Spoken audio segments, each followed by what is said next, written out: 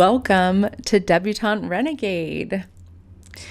I hope everyone had a great Valentine's, and continuing with the theme of love, sex, dating, relationships.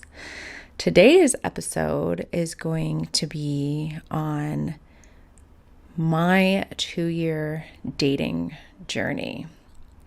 And let me just say that I live in Los Angeles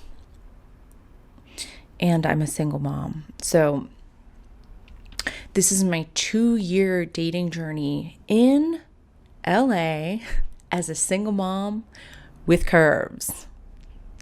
Ouch. It was painful. One thing I just want to say about Los Angeles as a city, and dating here, it should be noted about Los Angeles that many of the most beautiful girls from their hometown, Middle America, move here to be starlets. And I don't think that's just true for America anymore. I think LA is actually, it's like one of the most international cities in the world. I think it's the most international city in the US. So I would say that I would say it is true also that many hometown beautiful girls across the world move here to be stars. That makes it a very challenging town to be single and dating in, because there's just more beautiful people here than pretty much anywhere else in the world. And I mean, you see it when you go out. It's crazy. There's so many beautiful people here. There's beautiful men and beautiful women. It goes both ways. Every hometown hot guy from anywhere in the world comes here for the same reason. So you have both. You have lots and lots of hot people. But given that I would say that hotness might be slightly more important for men than for women, I think it makes it challenging as a woman to be in a city with so many young, gorgeous women, especially when you're in your late 30s, a single mom, and you've got some curves. I feel like the odds were a little bit stacked against me. That said, I had good experiences and bad. So let me just start by saying too that after I got out of my marriage, after I separated from my husband, I didn't want to date for a little bit, which was unique for me because throughout my life, I've sort of jumped from relationship to relationship, and if I've gotten out of one relationship, I've usually licked my wounds for maybe a month tops before I start wanting to date again. And I think that I've often sought attention to fill a void inside of me. In any case, after my marriage ended and I was the mom of a 2-year-old, I didn't want to date for a minute. I actually just wanted to be alone and just learn how to be alone with a toddler and how to manage that. So dating wasn't on the forefront of my mind. I knew as a romantic person and a person who feels best in a relationship, I knew that I would be wanting to get back out there again. But initially I couldn't. And I actually think that was healthy for me. A little different, healthy. I think that was like a balanced thing to want to wait. And actually, after a year of celibacy and not dating, I did start to get back out there again. And I think I wasn't totally ready, but I don't know if I ever would have been. I think that in some ways you get ready by just doing it. But the thing that kind of started me back out, I had a guy friend who is still a really good friend of mine, but he was so lovely and kind to me. And it just, after, not really having the company of a man for a while, I hung out with him a few times, and he was just so lovely and kind to me that it just made me, I had this desire for him, and I was like, what's going on? I know I don't want to have a relationship with him or be his girlfriend, but I'm like feeling this pull. And so, we ended up having like a very brief thing, but it pulled me back into the space of wanting to date. And at first, obviously that thing with my friend was just it was just that. But it was kind of nice. I think it's sort of nice to get back out there after, being, for me, I hadn't dated in like 8 or 9 years. So it was kind of nice to have a friend like ease me back in, somebody safe who's not going to ignore me and blow me off and make me feel like shit.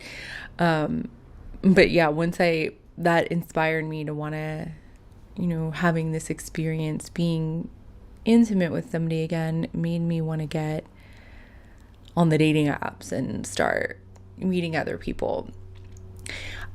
At first, I wasn't looking for anything serious. I just wanted to go on some dates and have fun. In my mind, I knew I wasn't ready for a relationship.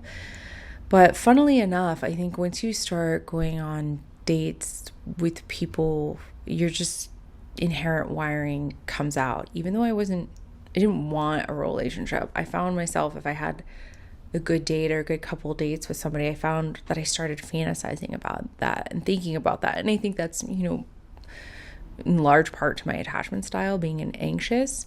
But I also just think it's like I'm kind of old fashioned, and if I like someone, I like them. And I sort of defer to kind of a monogamous way of being, like a focused way of being. That said, I think I definitely applied that to some of the wrong people.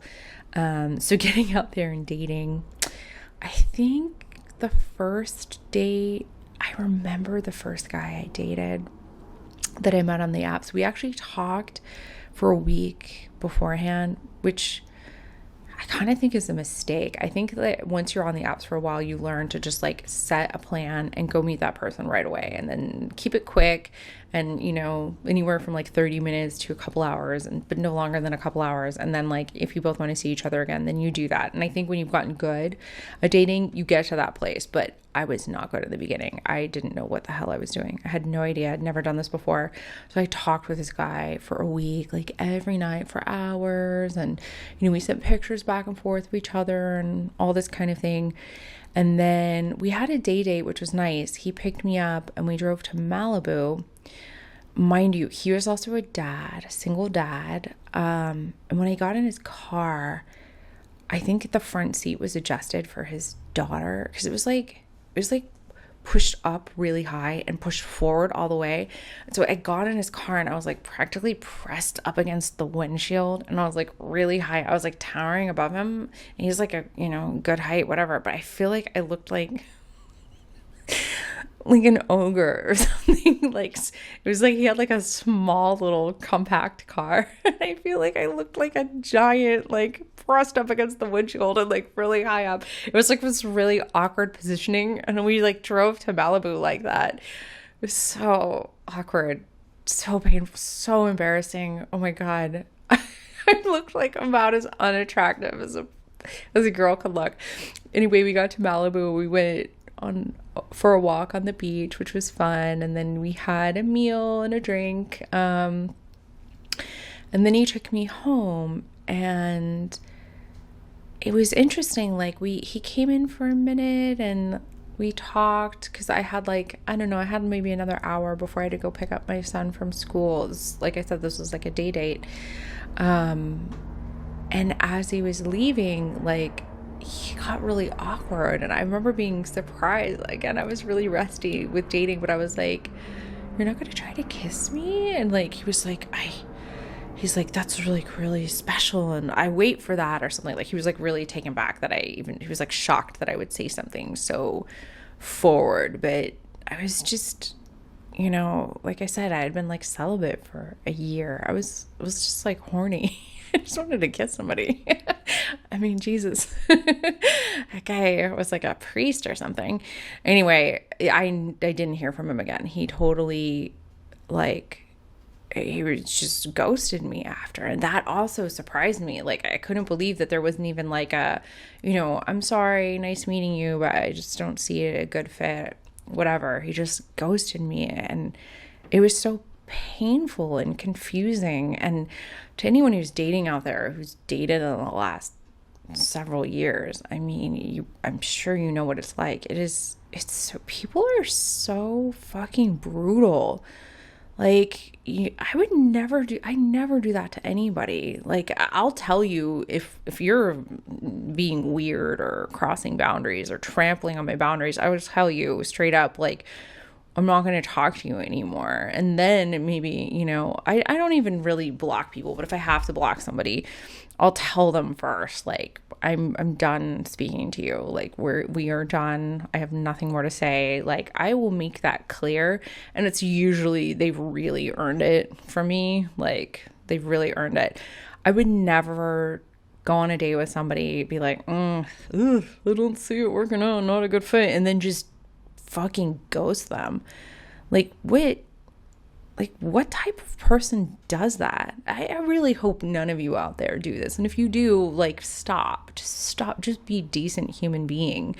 Have the decency to say to somebody, like, have the emotional maturity. Like, how do you hope to ever have a relationship with somebody if you can't say, like, really lovely meeting you, but I just don't think, I'm just not feeling a romantic connection, or I don't see this going anywhere, but I wish you the best, and I had a really lovely time or whatever. You can say something nice and then let them know, like, it's not happening, and move on. And I will say there was a couple times, just a couple, pretty isolated, where I did go out with somebody. Maybe it was once, maybe it was a few times, and I got something like that was like, hey, I had a really nice time with you. I enjoy getting to know you. I think you're a lovely person, but I just don't see this working out romantically, or something to that effect. And I always would write that person and say, thank you so much for your kind words. Lovely meeting you too. I wish you the best. And then that was it. Neither one of us ever wrote each other again.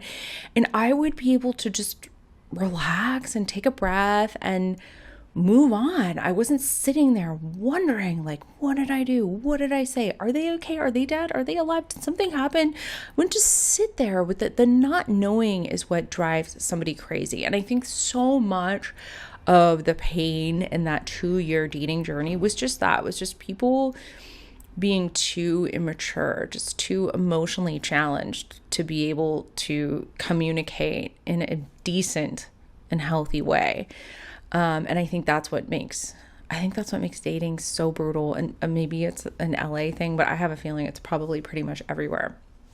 Anyway, this guy totally ghosted me. And it wasn't that I wanted to see him again so badly, or that I thought we'd be so great together, or that he was that great. It was that he didn't have the decency to respond to me. I wrote him, I had wrote him the next day, and I was like, it was nice meeting you, like, blah, blah, blah.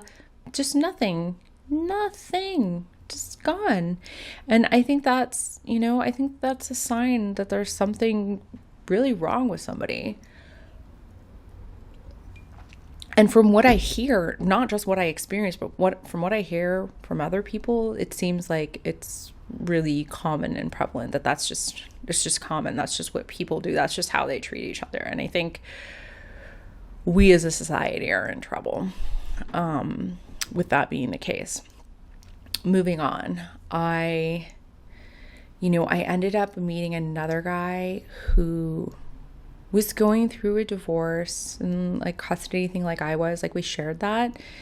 And he was actually he had been like a big celebrity, like in a pretty like huge, like worldwide famous boy band in like the like early 2000s. he was really good looking and like really cool. And it was really funny that I found that amusing. Like I was never the type of person that was into those bands, but I thought it was really amusing that he was. And he was lovely in so many ways. And like we shared a few kisses and a few dates, but we ended up kind of just becoming friends. And like just being friends and like going through our experiences. But then I ended up getting a pretty big crush on him. And it kind of, for like 6 months, we were talking every single day. And so I ended up developing feelings for him.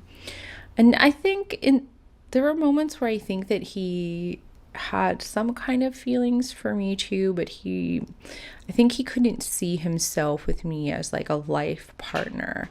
I know he was physically attracted to me, and I know he like loved me as a human being, but I don't think like I fit his sort of like career / appearance criteria. Like I think he wanted somebody who is more of a celebrity, and like looked more like model-y, celebrity-ish than I did.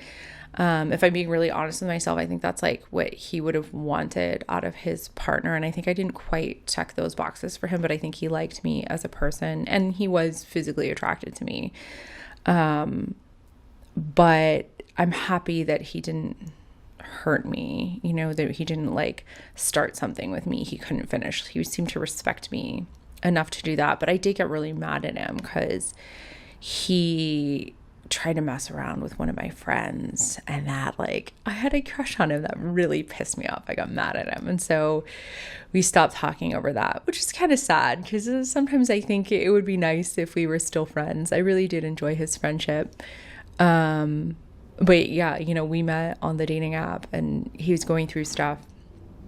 After him, I got set up with one of my best friends, her husband's best friend. They set us up. And he was really smart and really interesting, and we shared some background things in common, and we started kind of dating, kind of seeing each other.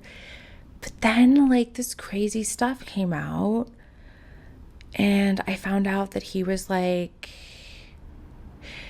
into some weird like, and listen, I have nothing against BDSM stuff. I think that a lot of people are into that, and it can be very satisfying for a lot of people. So like if that's your jam, no judgments, like bless you, like have fun with it.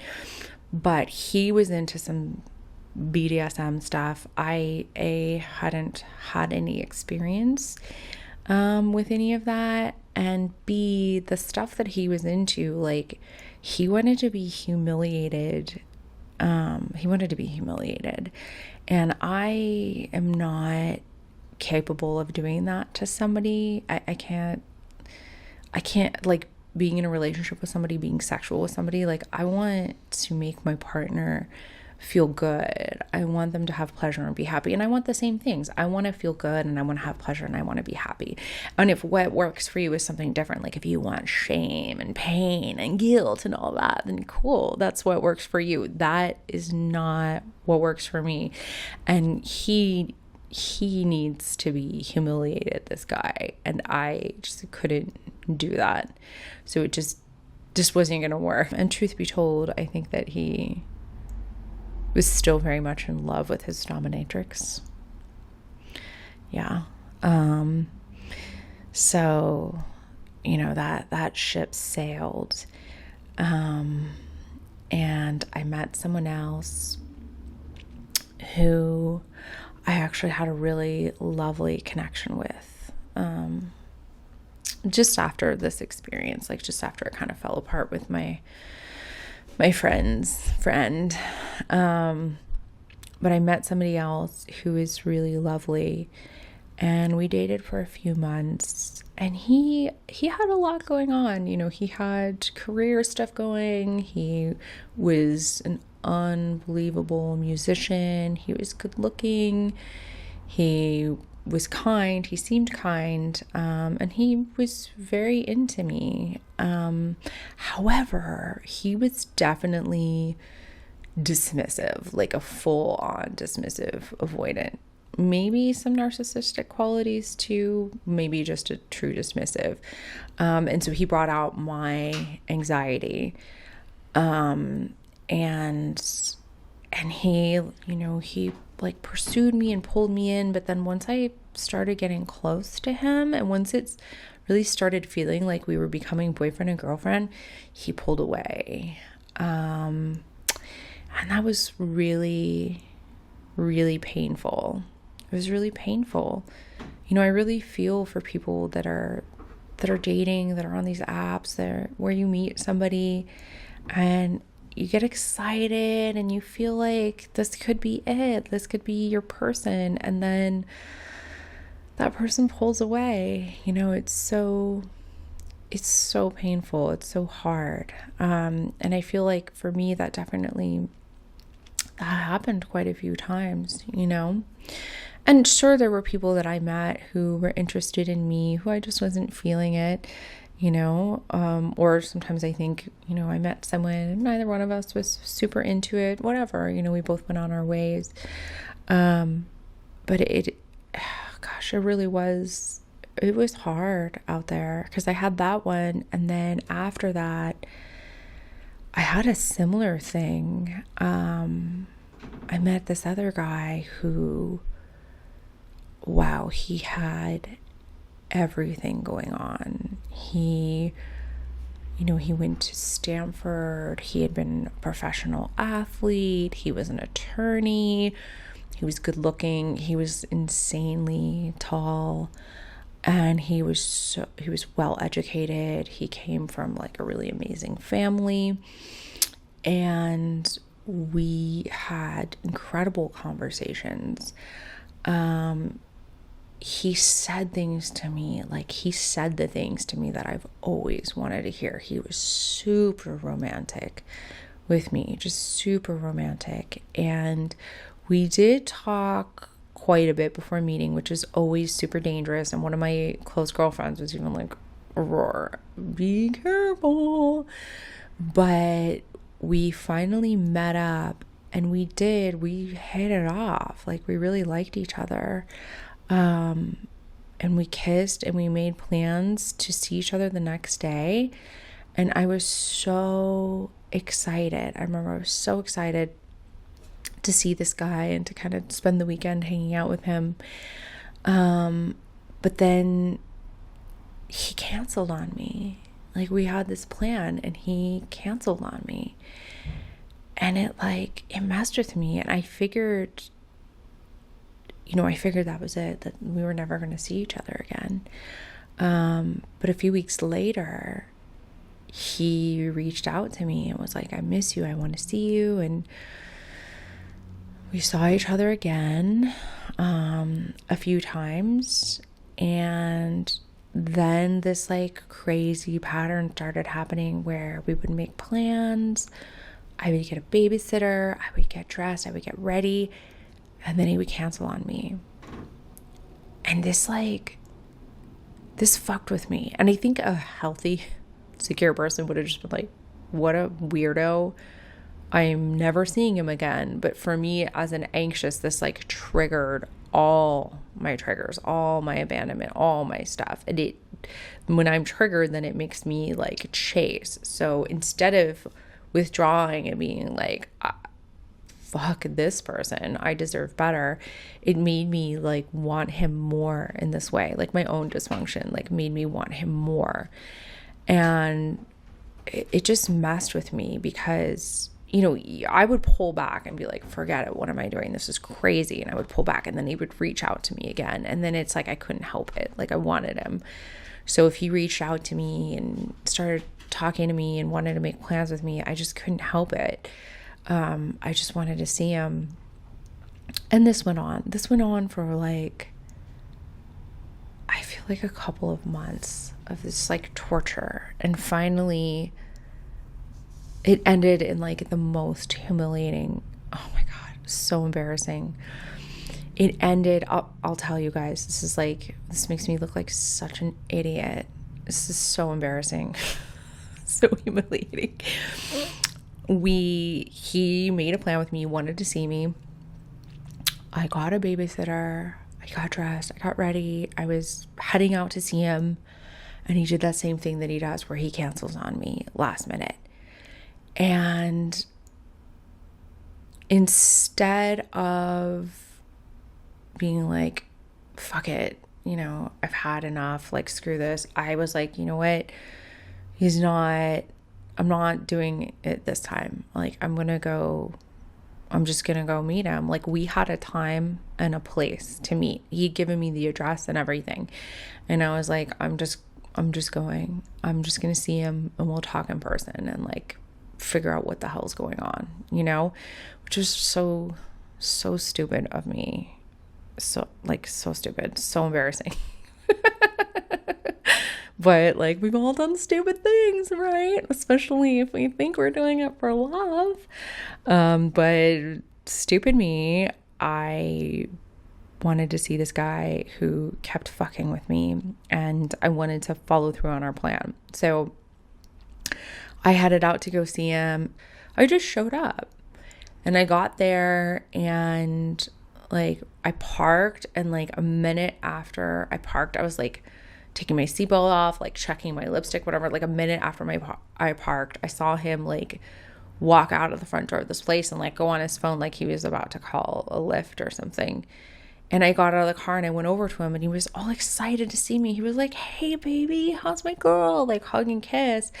And I was like, hey, you know, I got your text, but I just, you know, I really wanted to see you. I thought we could just talk in person. And then he got all weird. He was like, oh yeah, actually, I think I'm going to stay here for a while longer. And I was like, really?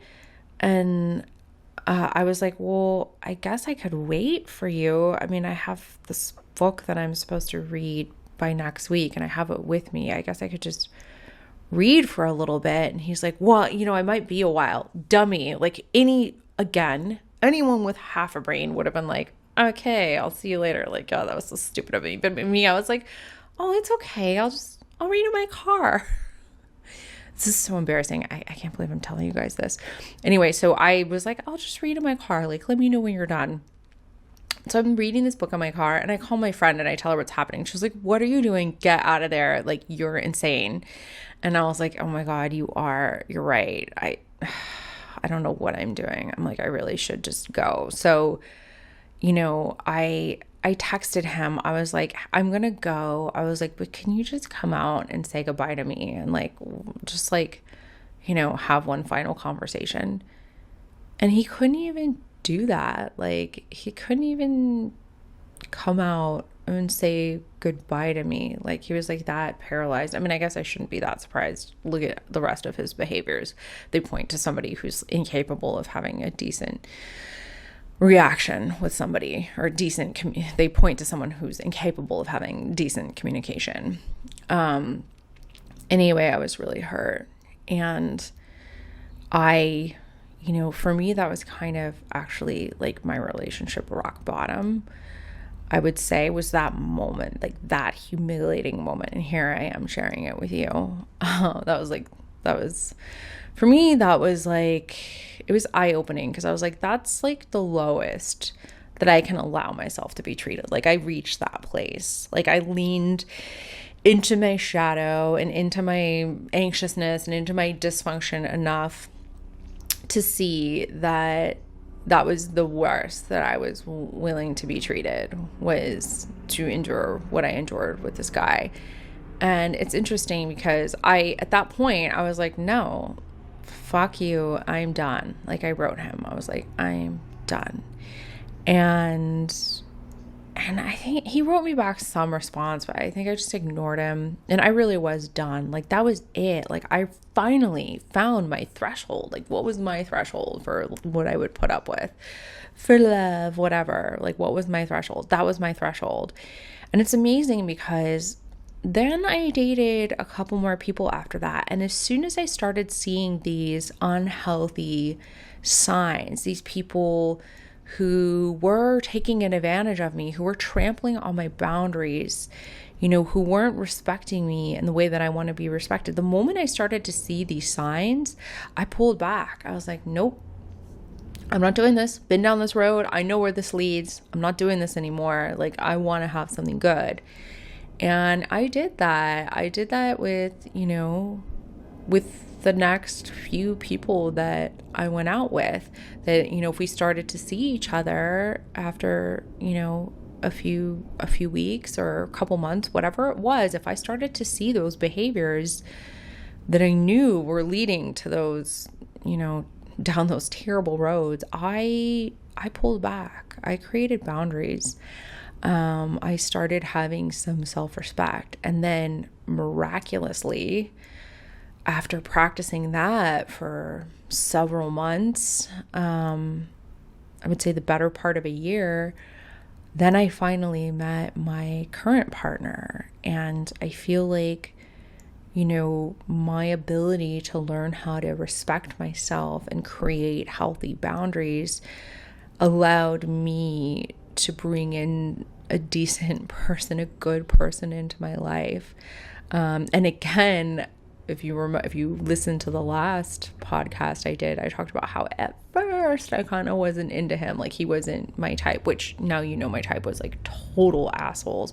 He wasn't a total asshole. So at first I was like, I'm not sure, but I was like, but I like how he's treating me. I mean, he is treating me the way that I've wanted to be treated. So maybe I should give that a chance. And I did, and that was the smartest decision.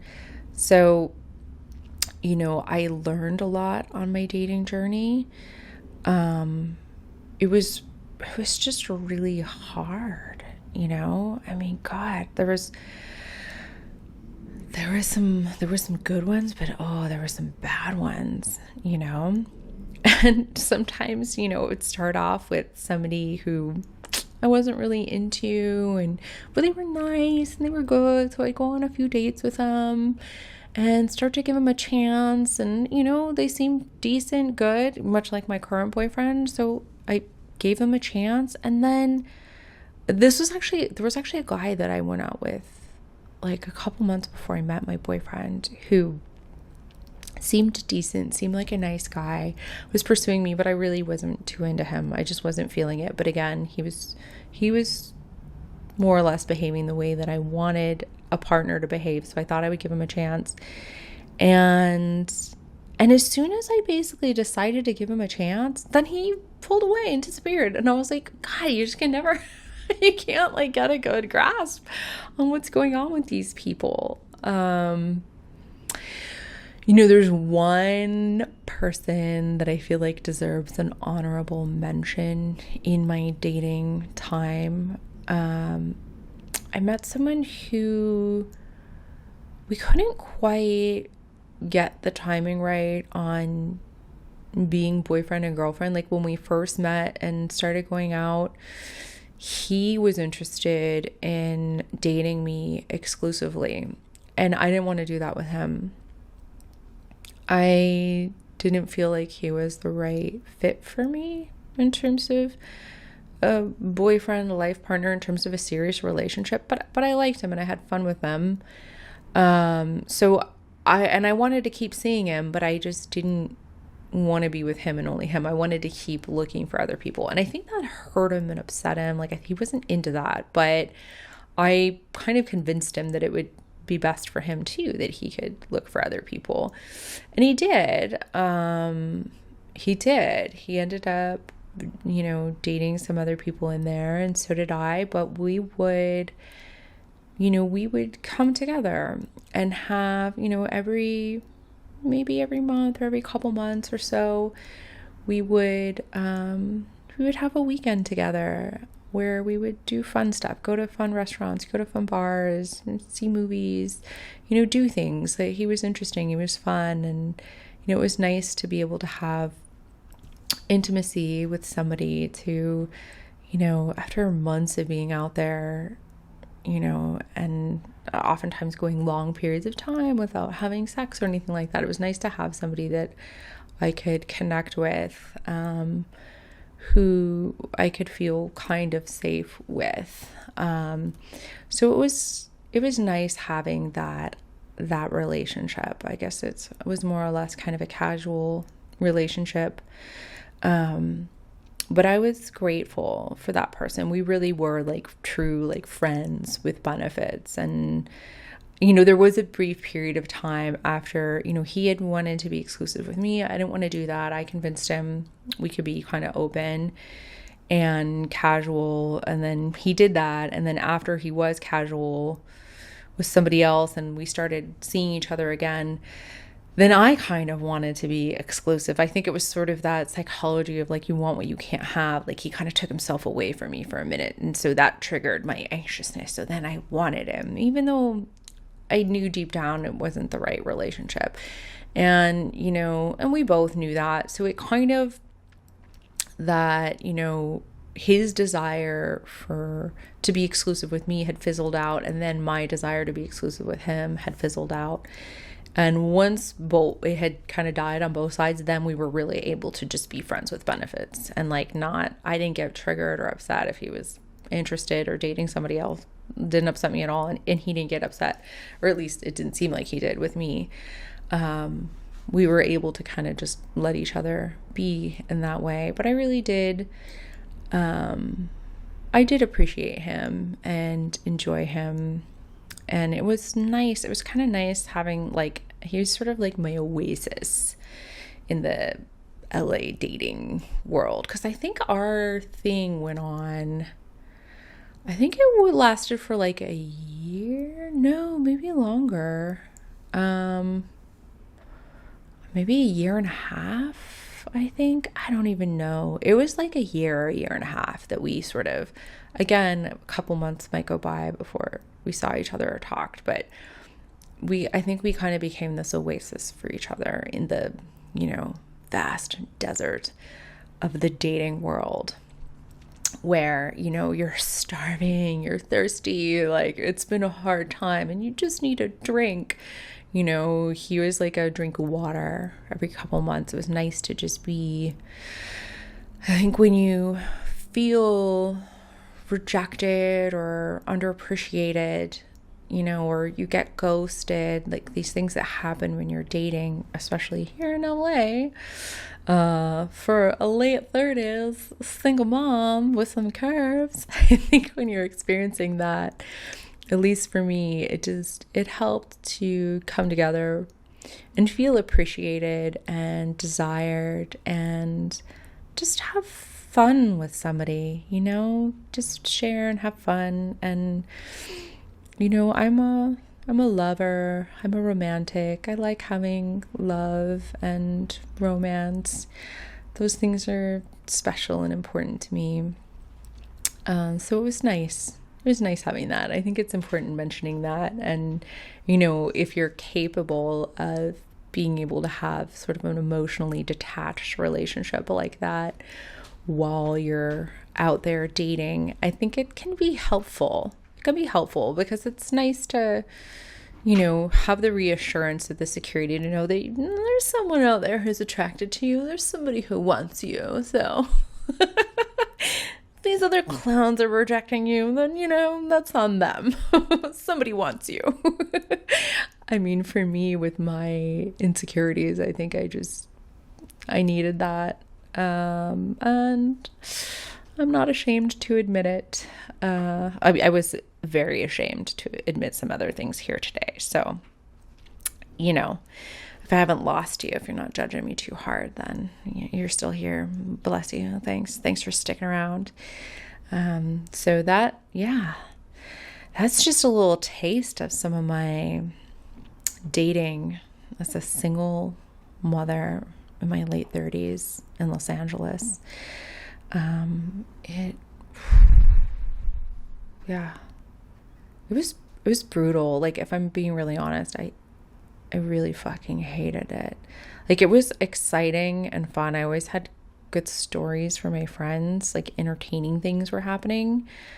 some of the people were just such shit shows. Some of the experiences were so ridiculous. But I'm really happy to have that part of my life over with. And the interesting thing, because I never thought men had it hard. I thought it was like me and possibly just women. But when I met my boyfriend, I learned that it had been hard for him. Dating had been hard for him too. Being on the apps had been hard for him. He had experienced similar things of having a nice time with somebody and then just never hearing from them again, where they just ghosted. So like he experienced very similar things. So I don't think it goes one way where, only men are being bad. I think women are being bad too. So I feel for anyone, if you're going through that, oh man, like you don't deserve it. You don't.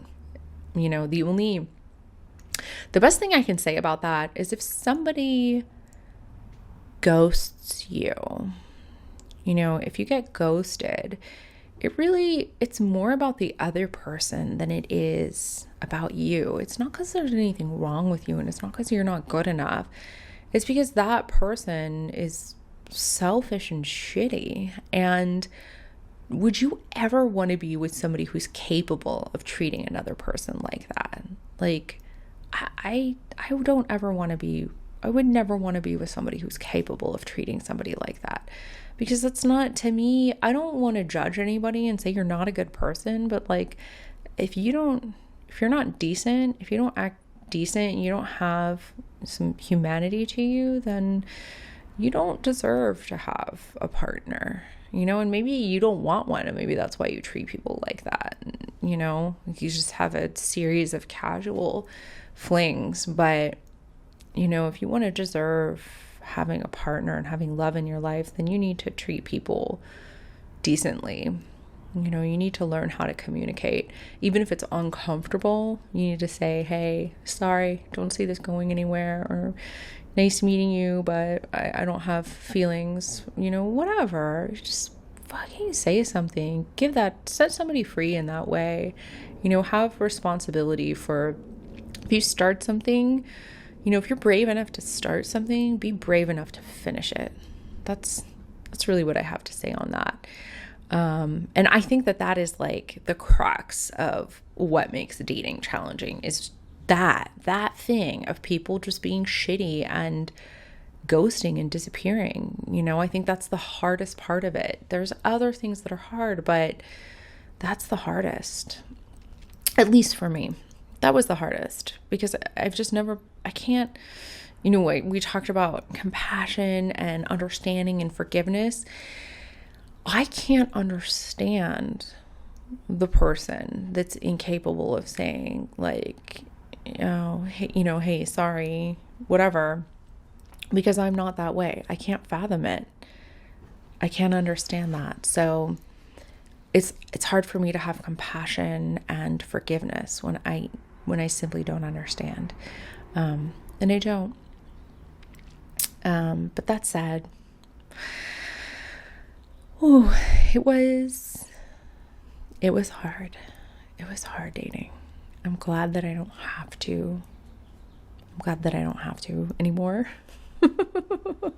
I get scared that, if it doesn't work out with my partner, that I'll have to go back out there. That thought terrifies me. I'm like scared for my friends that are single and have to date. I'm like scared for them because it's scary and it hurts. But these things make you stronger. If you're out there and you're dating and you want to be with somebody, then I wish you the best. And if anybody wants to share fun dating stories in the comments, or I'm curious what you think about ghosting. If there's, if you think that's okay, or if you put up with that, or if that doesn't trigger you, if that doesn't bother you, if you're fine with it, or if you do that to people, what's your justification? Why do you do that? And, are you open to changing? So yeah, that summarizes my 2-year dating journey in Los Angeles in my late 30s as a single mom with curves. Ouch. It was pretty painful. But I did find my prize. So I can't fault it too much. You know, I found the thing that I was looking for. And for that, I have no regrets. I also found out a lot about myself in the process. You know, I think you can learn a lot about yourself when you're dating. I think there's tremendous opportunity there. So I encourage anyone who's out there doing that, take the opportunity to learn about yourself, learn about what you need, learn about what you don't, learn about boundaries, your boundaries, how to enforce them, how to keep them, because as soon as you figure out your boundaries, that's probably when you'll find the person that's right for you. When you figure out your boundaries and you establish them and you continue to establish them, then I think you're more likely to bring the right person into your space, at least from what I've experienced and what I've seen of other people. Yeah. So I wish everyone the best of luck out there. And thank you so much for listening, for watching. Please subscribe. I come up with 3 to 6 videos per week, so still getting started here, but I'm seeing a lot of new subscribers out there, so thank you for subscribing. And if you're not already subscribed, please subscribe. I send you good karma and many blessings. Thank you so much for watching, for listening. Have a beautiful rest of your day.